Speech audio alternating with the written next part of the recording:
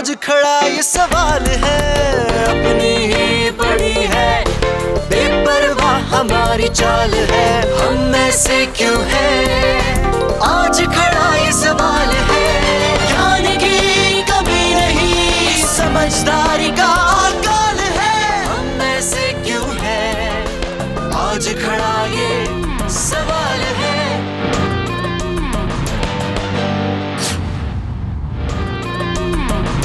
नमस्कार, स्वागत है आपका आपके ही शो हम ऐसे क्यों हैं में।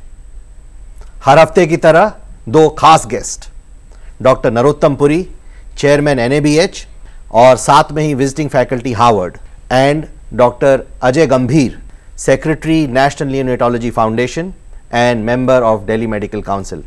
आज का मुद्दा पेशेंट सेफ्टी, रोगी जो है हमारे वो कितने सुरक्षित हैं, इस पे डिस्कस करेंगे। बट डिस्कशन आगे बढ़ाने से पहले मैं आपसे जानना चाहूँगा सर, NABH ये ऑर्गेनाइजेशन जिसको आप चेयर करते हैं, ये क्या करती है? ये पहली बात तो ये बताना ज़रूरी है कि NABH स्टैंड क्या करती है। बताइए। National accreditation board for hospitals and health care.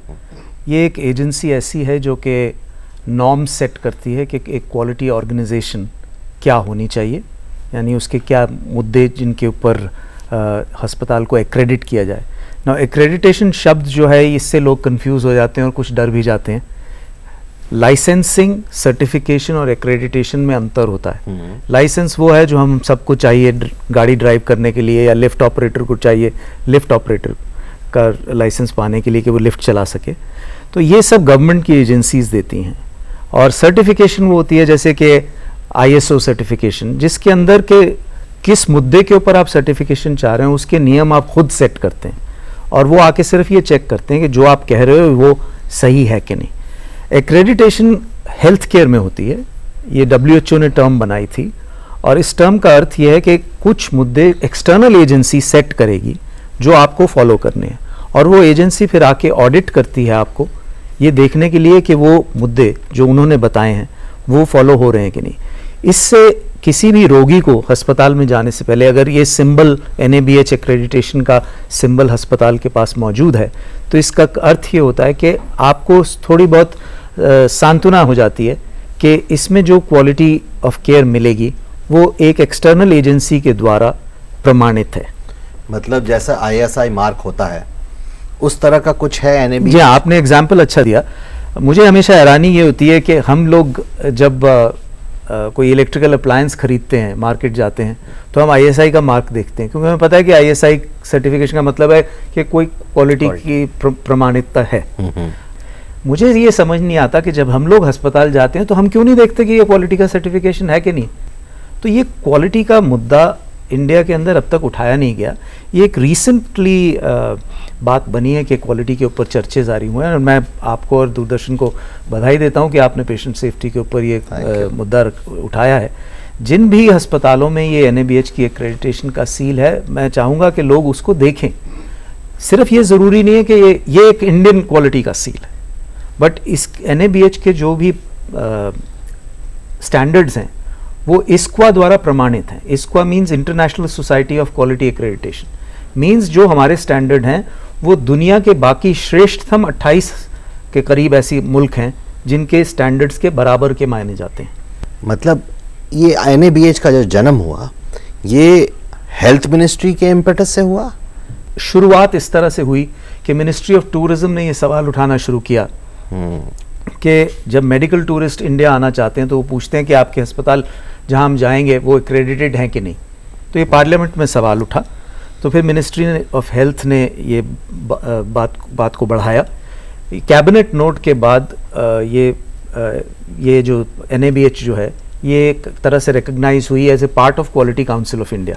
Quality council of India cabinet ने बनाई, लेकिन क्वालिटी काउंसिल ऑफ इंडिया एक सोसाइटी है, एक इंडिपेंडेंट एंटिटी है, ये गवर्नमेंट की बॉडी नहीं है, लेकिन गवर्नमेंट से सपोर्टेड है। इंडस्ट्री भी इसको सपोर्ट करती है, गवर्नमेंट भी सपोर्ट करती है। और क्वालिटी काउंसिल ऑफ इंडिया के 4 बोर्ड हैं, जिनमें से एक बोर्ड NABH भी है। एक स्टडी के अनुसार अमेरिका में एक साल में 2.5 लाख मौतें हुई मेडिकल प्रोसीजर या मेडिकल निग्लिजेंस या मेडिकल शॉर्टकमिंग के कारण, जिसको हम अंग्रेजी में कहते हैं आइट्रोजेनिक डेथ, वो हुई हॉस्पिटल्स में। हॉस्पिटल्स के बाहर जो हुई उसके बारे में बात नहीं कर रहे, जो डिसेबिलिटीज़ हुई उसके बारे में बात नहीं कर रहे, और ये भी हम बात नहीं कर रहे हैं कि अमेरिका की जो जनसंख्या है 1/4 है हमारे कंपैरिजन में, और हार्वर्ड के कुछ आपके ही प्रोफेसर डॉक्टर लीप कहते हैं कि सिर्फ 10% रिपोर्ट होती है, 90% रिपोर्ट नहीं होती, कॉम्प्लिकेशंस ये रिपोर्ट नहीं होते। तो मतलब संख्या काफ़ी ज़्यादा है अमेरिका में भी। इंडिया में आंकड़े क्या होंगे? इंडिया एक आंकड़ों का देश है, पर सिर्फ इसने कि हम कितने हैं, बाकी हम कुछ नहीं गिनते। 1.2 बिलियन है, लेकिन अनफॉर्चुनेटली डाटा कलेक्शन इंडिया में ना तो रिलायबल है और ना ही अक्सर होता है। तो इसलिए ये कहना कि कितनी मौतें हॉस्पिटल एक्वायर्ड इन्फेक्शन से हुई या कितनी मौतें एडवर्स ड्रग रिएक्शन की वजह से हुई, इसका कोई आंकड़ा मौजूद नहीं है। सिर्फ एस्टिमेट्स हैं, पर वो अनऑडिटेड एस्टिमेट्स हैं। इसलिए मैं इसके ऊपर टिप्पणी और ज़्यादा नहीं करूँगा, सिर्फ ये कह के कि अगर डेवलप्ड नेशंस के अंदर ये माना जा रहा है कि हॉस्पिटल्स अनसेफ प्लेसेस होते हैं, तो इंडिया में ये हैरानी नहीं होगी कि नंबर्स इससे ज़्यादा हों। देखिए, ये पहली बात समझ लेनी चाहिए हर जने को, hospitals are very unsafe places. Hospital कोई ऐसी जगह नहीं है जहाँ खेल खिलवाल के लिए कोई जाता है या कॉफ़ी पीने जाता है। बहुत ही अच्छा पॉइंट बोला आपने। वहाँ सिर्फ तभी जाते हो जबकि आप सीरियस हो। एरर को नेग्लिजेंस से सेपरेट करना चाहिए। ये तो इवन सुप्रीम कोर्ट की जजमेंट कहती है कि मेडिकल एरर हो जाना कोई बड़ी बात नहीं है, लेकिन मेडिकल नेग्लिजेंस होना बहुत बड़ी बात है। तो हमें पेशेंट सेफ्टी की जब हम बात करते हैं तब हमें फोकस करना चाहिए ऑन मेडिकल नेग्लिजेंस और हाउ टू प्रिवेंट दैट। और मैलिफाइड इंटेंशन, और मैलिफाइड इंटेंशन तो मैं नहीं समझता कभी होती है। जैसे फॉर एग्जांपल अगर कोई डॉक्टर एंटीबायोटिक का कोर्स पेशेंट को देता है, जब उसको वो पेशेंट को ज़रूरत नहीं है, वो इसलिए दे रहा है क्योंकि उसके ऊपर प्रेशर है या लुभा रहे हैं उनको फार्मास्यूटिकल कंपनीज, तो मैलिफाइड हो गया सर। देखिए, ऐसा है कि कोई भी डॉक्टर अगर वो लंबी रेस का घोड़ा है, मतलब ज़्यादा देर इस प्रोफेशन में रहना चाहता है, तो ऐसी बेवकूफ़ी नहीं करेगा। एंजियोप्लास्टी के केसेस ऐसा कह रहे हैं आजकल लोग दैट जितने होते हैं उतने ज़रूरी नहीं है। आई एम ग्लैड दैट आपने ये सवाल उठाया। देखिए, ये लोग कह रहे हैं जो होती है ना बात, ये इसलिए होती है कि अगेन डाटा नहीं। और दूसरी बात ये होती है कि कोई मजबूर नहीं करता आपको कि आप वो कराओ, कि एंजियोप्लास्टी कराओ। अब क्या होता है, एक केस होता है जिसके अंदर दो डॉक्टर्स के अलग अलग ओपिनियंस हो सकते हैं। अगर मैं इंटरवेंशनल कार्डियोलॉजिस्ट हूं और मैं कॉन्फिडेंट हूं कि मैं इसके अंदर स्टेंट डाल सकता हूं, तो मैं उसको पेशेंट को स्टेंट डालूंगा, चाहे उसमें 4 की जरूरत हो। लेकिन अगर डॉक्टर अजय गंभीर एक कार्डियक सर्जन है, तो ये कहेंगे ये तो बेकार था, इसको तो एक्चुअली कार्डियक सर्जरी में बाईपास ऑपरेशन करना चाहिए था। तो ये डिफरेंस ऑफ ओपिनियन हो जाता है। लेकिन कुछ अगर ऐसे केसेस हैं जिसके अंदर के ये हादसे हो रहे हैं, तो हमें ये नहीं भूलना चाहिए कि कितने हादसे अच्छे हो रहे हैं। अच्छा, हम हमेशा ये फोकस करते हैं नेगेटिव। ये एक हिंदुस्तानी हमारे कल्चरल इथॉस में आ गया है कि भाई क्रिटिसाइज करना, इंडिया को जरूर क्रिटिसाइज करना, इंडियंस को जरूर क्रिटिसाइज करना, मैं इसके खिलाफ हूं। We should talk of what is good for the patient. I don't believe कि कोई भी डॉक्टर जेन्युइनली चाह के किसी पेशेंट का बुरा चाहता है। कौन से वो समुदाय हैं जो सबसे ज़्यादा वल्नरेबल होते हैं, ऐसी मिस्टेक्स हो जाएं, एरर्स हो जाएं या नेग्लिजेंस हो जाए, सबसे ज़्यादा वल्नरेबल कौन से समुदाय होते हैं पेशेंट? जी, सबसे ज़्यादा वल्नरेबल वो समुदाय होते हैं जो कि एक्सट्रीम ऑफ एजेस पे होते हैं। जैसे हम नियोनेट्स ले लें, पीडियाट्रिक्स ले लें और जेरियाट्रिक्स के ले लें। नॉर्मली यानी कि जेरियाट्रिक मतलब बुढ़ापे वाले पेशेंट, क्योंकि हमारे यहाँ अब एज एक्सपेक्टेंसी बढ़ गई है। एवरेज इंडियन बहुत 72 साल 76 साल 80 साल तक जीने लगे हैं, और इंडिपेंडेंस के बाद हेल्थ ने बहुत इंप्रूवमेंट करी है। तो एज बढ़ने के कारण ओल्ड एज में हमारी रेजिस्टेंस कम होती है, उनको अलग अलग कॉम्प्लिकेशन होते हैं। जैसे आपने बताया, उनको हार्ट की प्रॉब्लम होती है, ब्रेन की प्रॉब्लम होती है। न्यूबॉर्न बच्चे की रेजिस्टेंस नहीं होती, उसका इम्यून सिस्टम बना ही नहीं होता, और वो इन्फेक्शन पे बहुत प्रोन होते हैं। और उनके साइज के कई चीज़ें नहीं मिलती, जैसे कैथेटर ही हैं, लॉन्ग लाइन्स हैं, उनको मिलती ही नहीं है, तो कैनुला लगा देते, तो कैनुला लगा देते हैं अभी हम। लेकिन हम देखते हैं 5-6 बाद इन्फेक्शन हो गया। अब कई टेक्नोलॉजीज आ रही हैं, साइंस बदल रही है, इंटरवेंशंस आ रहे हैं, रेडियोलॉजी आ गई, तो उसके कारण ये चीज़ें कम होती जा रही हैं। लेकिन हमें उसकी सुविधाएं पूरे देश में लानी पड़ेंगी और एक स्टैंडर्डाइज प्रैक्टिस प्रोटोकॉल से चलना पड़ेगा। तो इस स्टैंडर्डाइज प्रैक्टिस और प्रोटोकॉल पे आते हैं, इससे पहले कुछ बाइट्स देखें। The main reasons which we are focusing these days on the patient safety are two. One is that medication errors which is world over phenomena, we are started now monitoring, measuring in most of the hospitals. Second is the hospital acquired infection. Now this is another major reason why we keep reporting deaths. We need to put the systems in place by which you can prevent this kind of deaths. Now one of the mechanisms which we have adopted in our country is the accreditation.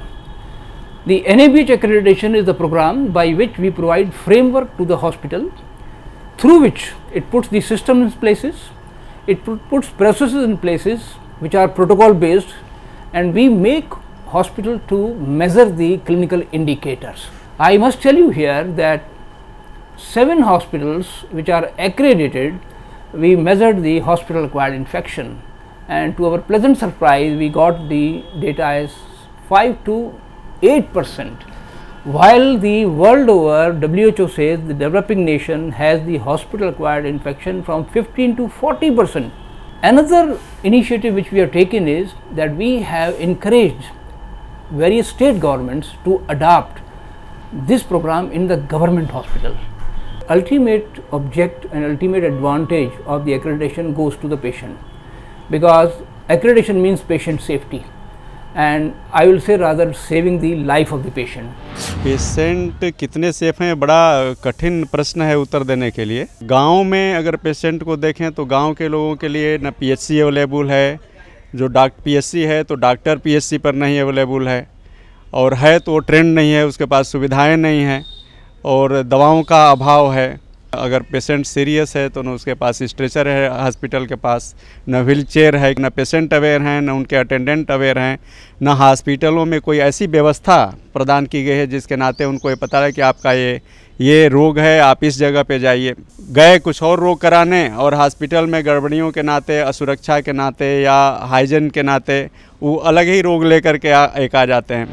Administration को care करना चाहिए कि hospitals में proper wheel chairs और stretcher वगैरह की जो कमी है वो ना हो, और पेशेंट जब भी हॉस्पिटल कोई भी हॉस्पिटल जाता है तो यही उम्मीद करता है कि जाते ही इनिशिएटिव अगर हॉस्पिटल स्टाफ लेगा, पेशेंट को केयर करेगा, तो पेशेंट थोड़ा सा रिलैक्स हो जाता है, उसके रिलेटिव्स भी रिलैक्स हो जाते हैं कि हाँ ये हॉस्पिटल केयर करता है। कई बार पेशेंट डॉक्टर के ऊपर इतनी ज़्यादा भीड़ होता है, इतना रश होता है कि डॉक्टर भी उसको प्रॉपर नहीं कर पाते। हॉस्पिटल में जाते हैं तो वहाँ कुछ समस्याएं आती हैं कि स्ट्रेचर प्रॉपर नहीं मिलता है, हमारे को व्हील चेयर नहीं मिलता है, और डॉक्टर हमें प्रॉपर गाइड करने के लिए वहाँ कोई ऐसा आदमी भी होना चाहिए कि पहले हमारे को देख के फर्स्ट एड के तौर पे किस डॉक्टर के पास जाना चाहिए और कहाँ पे हमें सही ट्रीटमेंट कोई डॉक्टर दे सके।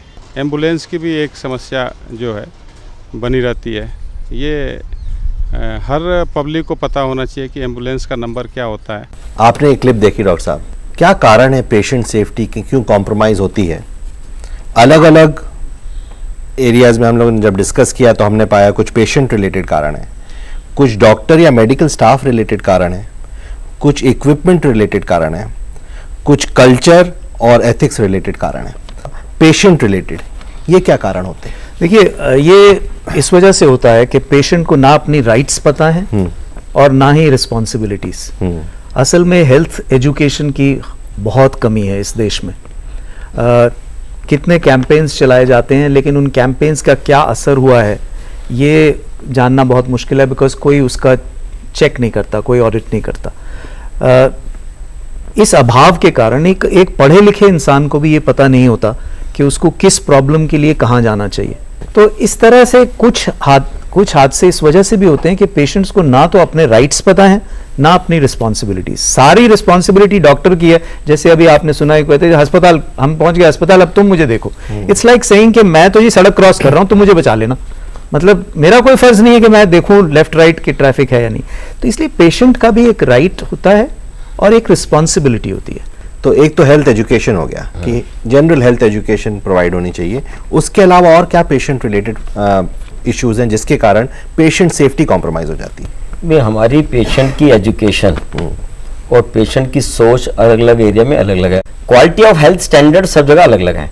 जो मैं लंदन में एक्सपेक्ट करता हूँ शायद मैं दिल्ली में कर सकता हूँ, लेकिन मैं बदायूं में नहीं कर सकता। दूसरा, पेशेंट अलग अलग पैथीज करते हैं। हमारे यहाँ देश में अलग अलग पैथीज अवेलेबल हैं। साइंस के ऊपर हमें बेस होना चाहिए, एविडेंस बेस होना चाहिए, और एप्रोप्रिएट टेक्नोलॉजी, छोटे छोटे इंटरवेंशन हमारे को बहुत अच्छा कर सकती है हमारे देश को। पैसे की जरूरत नहीं है, यहाँ पे हेल्थ एजुकेशन की जरूरत है। स्टेटस भी इन्फ्लुएंस करता है क्या पेशेंट स्टेटस रिलेटेड है, because it is socio economic indicator. तो सोशल इंडिकेटर तो है अलग अलग, इकोनॉमिक इंडिकेटर भी होने से दोनों कंबाइन फर्क। वीआईपी सिंड्रोम क्या है सर? हमारे देश में हर सिस्टम एक अलग है। लीगल सिस्टम है तो सबको यूज करना है, मैं हूं या प्रधानमंत्री हूं। पुलिस सिस्टम है तो यूज करना है, लेकिन हेल्थ सिस्टम ऐसा बन गया है कि हो सकता है कि एक कैटेगरी के लिए एक ही हॉस्पिटल हो। वीआईपी चाहते हैं कि हमारे लिए अलग फैसिलिटीज हो, लेकिन ये देखा गया है कि फैसिलिटीज होने के कारण ये नहीं कि सारी सुविधा वहां अवेलेबल हो, और वो हमेशा चाहते हैं कि एक सीनियर डॉक्टर आके उनको एक देखे, उनके साथ बैठे और केयर करे। जो नर्स केयर दे सकती है वो डॉक्टर नहीं दे सकता। वो जो जूनियर डॉक्टर एक कैनुला डाल सकता है, उनको नली डाल सकता है, वो सीनियर डॉक्टर नहीं डाल सकता। तो ऐसे पेशेंट वो इंसिस्ट करते हैं कि सीनियर डॉक्टर ही डालेगा। ऐसा नॉर्मली हर एक टाइप के होते हैं, कई पेशेंट उनको कन्विंस करना पड़ता है, कम्युनिकेशन चैनल है, अलग लाइन ऑफ केयर वो चाहते हैं, उनके कारण उनमें ऐसा देखा गया कि वीआईपीज में थोड़ी कॉम्प्लिकेशन ज्यादा होती है। पेशेंट एम्पावरमेंट कैसे किया जा सकता है सर? सबसे पहले किसी भी चीज के लिए अगर आप एम्पावर्ड सिटीजन होना चाहते हैं तो आपको ये पता होना चाहिए कि आपकी राइट्स क्या हैं। ना अनफॉर्चुनेटली क्या होता है, पहले मैंने बात की राइट्स एंड रिस्पॉन्सिबिलिटीज की। हिंदुस्तान में ये देखा गया है कि राइट्स तो बहुत लोग समझते हैं, रिस्पॉन्सिबिलिटीज नहीं समझते। एम्पावरमेंट तभी हो सकती है जब अप्रोप्रिएट राइट्स के साथ साथ अप्रोप्रिएट रिस्पॉन्सिबिलिटीज भी इंसान समझे।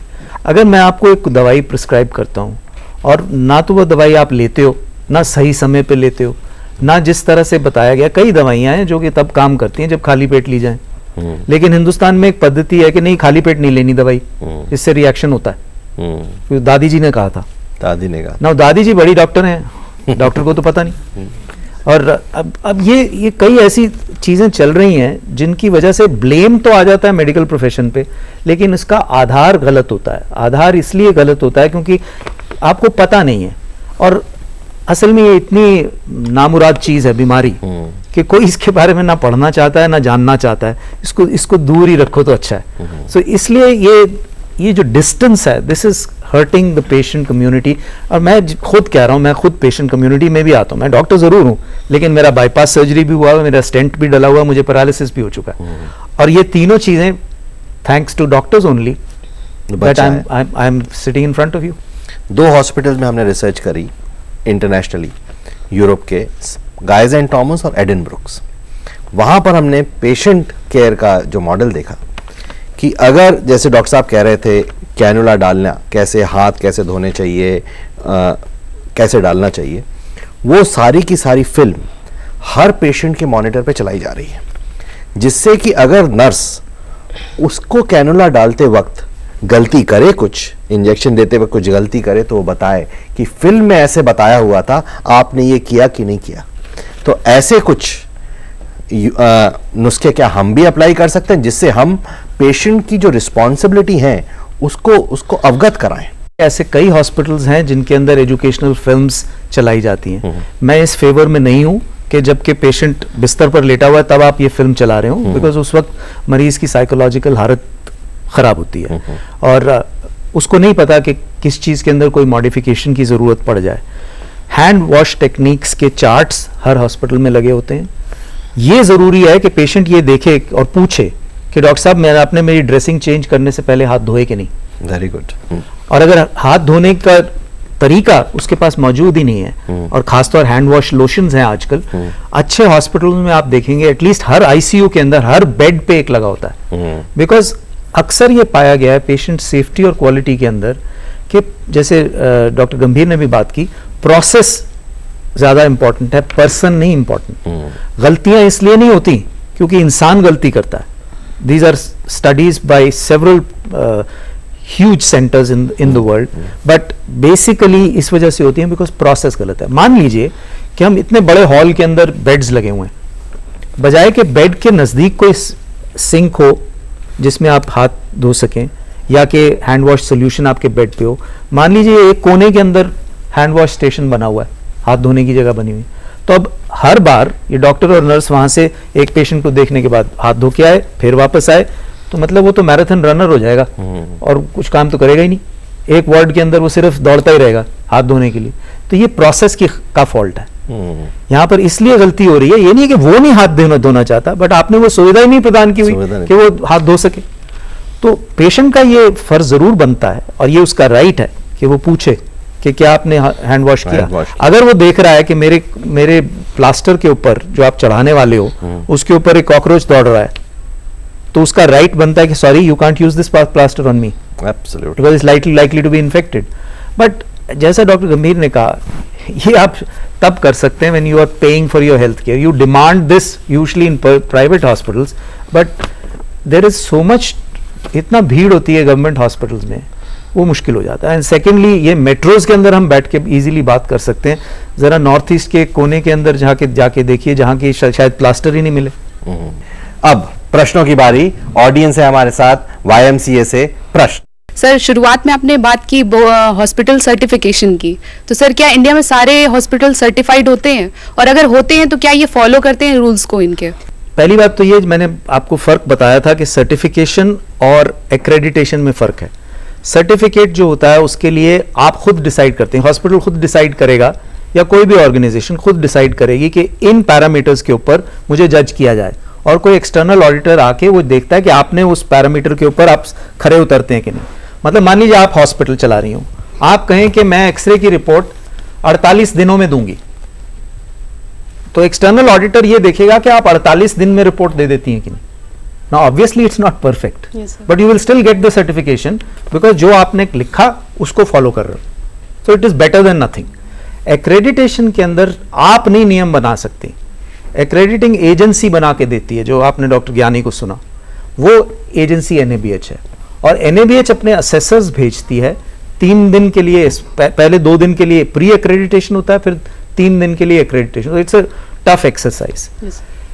अनफॉर्चुनेटली अभी सिर्फ 100 अस्पताल हैं जो कि एक्रेडिटेड हैं बाय NABH, और कोई 7, 8, 10 हॉस्पिटल और हैं जिनके पास एक्रेडिटेशन है बाहर की, तो कुल मिला के सिर्फ इतने ही अस्पताल एक्रेडिटेड। तो आपको नहीं लगता कि सारे हॉस्पिटल के साथ ऐसा होना चाहिए? बिल्कुल होना चाहिए, लेकिन ये एक वॉलंटरी प्रोसेस है। Yes sir. NABH किसी को फोर्स नहीं कर सकता कि आप अपने हॉस्पिटल को एक्रेडिट कराइए।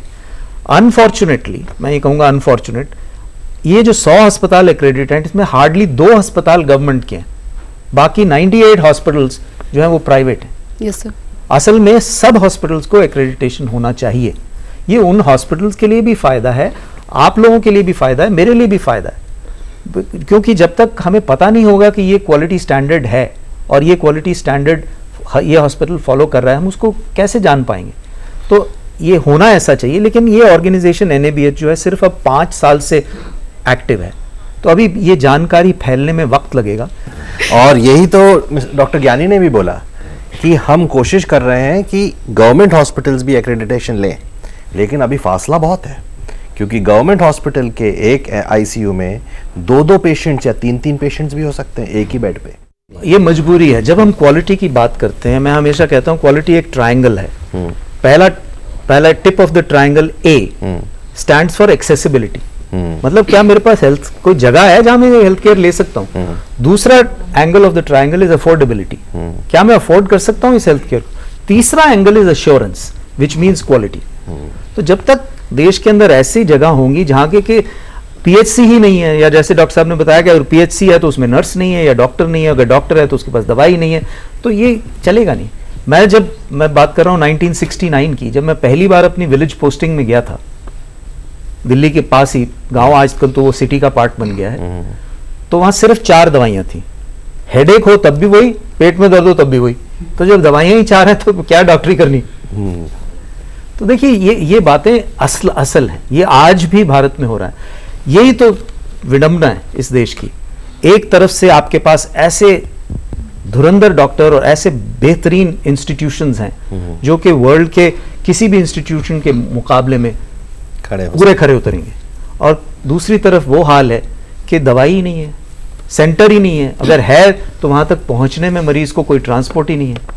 तो ये विडंबना जब तक खत्म नहीं होगी, रूरल और urban divide in health care जब तक ये नैरो नहीं होगा, तब तक हम ये पेशेंट सेफ्टी की बात नहीं कर सकते हर जगह एज वन सिंगल पीस। हमारे पास बहुत अच्छे हॉस्पिटल हैं और 1/3 रेट में उतने ही आधे रेट से 1/3 रेट में कॉस्ट में हम उतनी अच्छे काम कर रहे हैं जितना भी कहीं भी विदेशों में हो रहा है। जैसे आपने ये बिल की बात की थी कि जो बिल बनता है, तो जब एक नॉर्मल गरीब जो इंसान होते हैं या एवरेज जो इंसान होते हैं, जब वो हॉस्पिटल में जाते हैं तो उनमें एक चार्जेस जो लगते हैं वो एक्स्ट्रा चार्जेस लगते हैं। जैसे कि उनका जो मेडिकल केयर होता है, वहाँ से जब वो दवाइयाँ परचेस करते हैं तो जो उनकी जो जैसे ट्यूब या जो भी मेडिकल लेते हैं वो उनकी जो कॉस्ट होती है वो एक एक्चुअल कॉस्ट से बहुत ज़्यादा कॉस्ट होती है। और जो चार्जेस होते हैं वो वैलिड चार्जेस की जगह कुछ और एक्स्ट्रा चार्जेस होते हैं। हर एक हॉस्पिटल का एक बिल स्ट्रक्चर अलग अलग है। जैसे सरकारी हॉस्पिटल में टोटली फ्री है, कई सरकारी हॉस्पिटल में भी कई फैसिलिटीज़ में आपको पैसा देना पड़ता है, कोई सारी सरकार फैसिलिटी अब दे नहीं पा रही। और दूसरा, प्राइवेट हॉस्पिटल में अलग अलग टाइप की केयर है।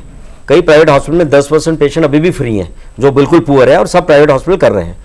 ये बिल की जो कॉस्ट है, अगर आप हेल्थ केयर मांगेंगे, अगर किसी ने 5 करोड़ की जगह ली है और 5 करोड़ का एक इंस्ट्रूमेंट बनाया तो उसकी कॉस्ट तो लेगा। Most of the hospital no gain basis पे काम कर रहे हैं, यानी कि ये घर में पैसा नहीं ले जाते, लेकिन वहीं का वहीं चैरिटेबल बेसिस पे कर रहे हैं। और इसलिए आपने देखा होगा कि बड़े बड़े इंडस्ट्रियलिस्ट हाउसेज हेल्थ केयर में आए हैं, कोई छोटा खिलाड़ी नहीं आया हुआ, क्योंकि इसमें पैसे बहुत लग रहे हैं। अगर आपको क्वालिटी चाहिए तो थोड़े पैसे इसमें लगेंगे। और मैं आपकी बात बिल्कुल मानता हूँ कि हमारे देश में बहुत लोग ऐसे हैं, मे बी 80% जनता ऐसी है कि जो अभी भी टैक्स पे नहीं करती और वो नहीं दे सकते, लेकिन वो हेल्थ केयर ज़्यादा जानना चाहती है, तो गवर्नमेंट को इसको सपोर्ट करना पड़ेगा। और हम चाहते हैं कि गवर्नमेंट बाकी हॉस्पिटल्स को फंड करे, और बाकी अब हेल्थ इंश्योरेंस आ रही है, पुअर लोगों के लिए भी हेल्थ इंश्योरेंस आ रही है, जो आप किसी भी हॉस्पिटल में जाके ले सकते हैं, बड़े से बड़े हॉस्पिटल। जैसे मेडिसिन की कॉस्ट ना, मेडिसिन की कॉस्ट एक MRP लिखा हुआ होता है ट्यूब के ऊपर। ये आपका एक पेशेंट होने के नाते, जो पवन जी ने पहले बात उठाई थी, ये आपका राइट है कि अगर आप उसको देखें और वो MRP से ज़्यादा चार्ज कर रहा है तो ये इलीगल है। आप उसको बिल्कुल उससे ज़्यादा पैसे नहीं देंगे। तो ये MRP जो है ये डिसाइड की गई है बाय द गवर्नमेंट।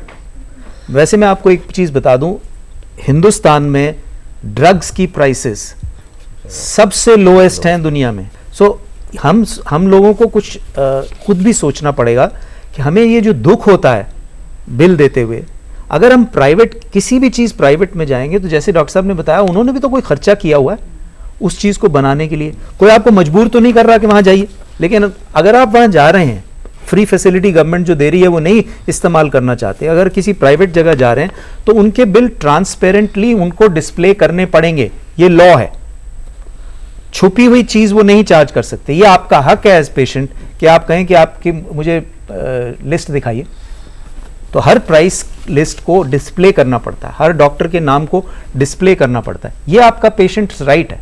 को दुख इसलिए होता है बिकॉज हमने खुद को अपने आप को प्रोटेक्ट नहीं किया हुआ बाय इंश्योरेंस, जैसे कि सारी दुनिया में होता है, हमारे यहाँ नहीं होता। गवर्नमेंट की कुछ अच्छी इंश्योरेंस स्कीम्स हैं, खासतौर BPL फैमिलीज के लिए। एक स्कीम है RSBY, राष्ट्रीय स्वास्थ्य बीमा योजना, जो कि BPL फैमिलीज के लिए है सिर्फ इस वक्त, लेकिन कई स्टेट्स ने उसको टॉप अप कर दिया। RSBY सिर्फ 30,000 रुपए तक की कवरेज देती है, लेकिन फ्री है हर BPL फैमिली के लिए। 5 मेंबर तक की फैमिली के लिए एक स्मार्ट कार्ड मिल जाता है, कैशलेस है टोटली। लेकिन कई गवर्नमेंट्स जैसे हिमाचल गवर्नमेंट है एक्सेट्रा, अब दिल्ली भी सोच रही है उसका करने के लिए, उसको टॉप अप कर देते हैं। ऐसी कई स्टेट्स की योजनाएं हैं। एक चीज़ आपको ध्यान में रखनी चाहिए, क्योंकि हेल्थ कंकरेंट लिस्ट में नहीं आता हमारी कॉन्स्टिट्यूशन की, इसलिए हर स्टेट फ्री है to provide the type of health care it wants. हमने आज जाना कि पेशेंट सेफ्टी के 2 इम्पॉर्टेंट जो कारण हैं, वो एक तो पेशेंट रिलेटेड रीजंस हैं, दूसरे डॉक्टर या मेडिकल स्टाफ रिलेटेड रीजंस हैं, और सब पे अगर गौर किया जाए तो सब में ही इम्प्रूवमेंट आ सकता है और पेशेंट सेफ्टी की सिचुएशन डेफिनेटली इम्प्रूव हो सकती है। अगले हफ्ते होगी फिर आपसे मुलाकात, तब तक के लिए जय हिंद। अपनी ही बड़ी है, बेपरवाह हमारी चाल है, हम में से क्यों है आज खड़ा ये सवाल है।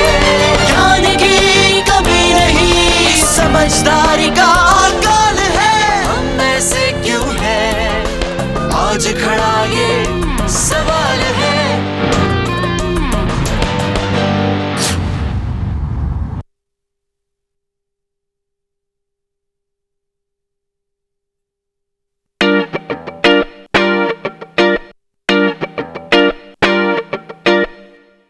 दूसरे की फिक्र नहीं, सिर्फ अपना ही ख्याल है, हम ऐसे क्यों हैं आज खड़ा ये सवाल है, अपनी ही पड़ी है, बेपरवाह हमारी चाल है, हम ऐसे क्यों हैं।